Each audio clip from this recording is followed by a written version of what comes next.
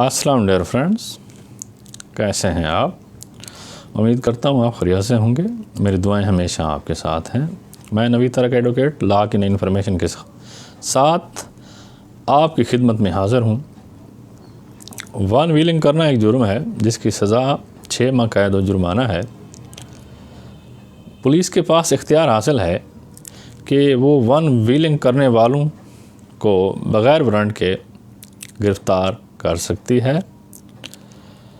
Police के पास ये इख्तियार है कि वो वन व्हीलिंग करने वालों के पेरेंट्स के ख़िलाफ़ अयानत के जुर्म में कार्रवाई कर सकती है।